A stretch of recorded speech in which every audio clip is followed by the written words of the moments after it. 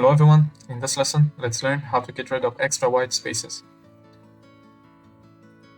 Now, we're gonna use the column F, which is titled Vice, for this practice.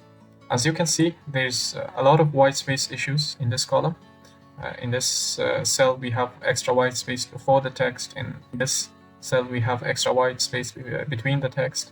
So these are some of the common problems that may occur while dealing with text data as far as the white spaces are concerned. If you want to do this manually, of course, it's gonna take a lot of time and a lot of effort, and there's still a huge chance of it still being inconsistent.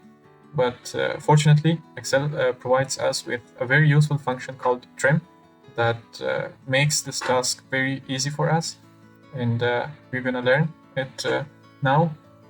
First, we're gonna have to insert a new column.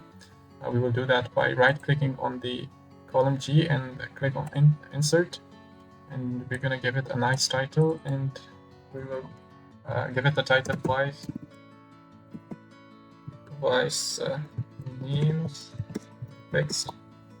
In this column, we're gonna fix all the issues that exist in this one, and we will do that by using the trim function. We will give it this cell, which is F2, close parentheses, enter. And now, as you can see, this will rectify the space issues, but this doesn't have any space issues, so it's not quite observable here. And if you double click on the little dot in the bottom right corner here, it's going to apply the function we just typed to all the values until here. So double click here, this will apply the function, and now it's observable. So this space issue between this extra space before the text is removed here, and the extra space between two words is removed here. So this trim function does pretty good job in trimming the extra spaces in our text data. So that's all you need to learn about the trim function, and see you in next lesson.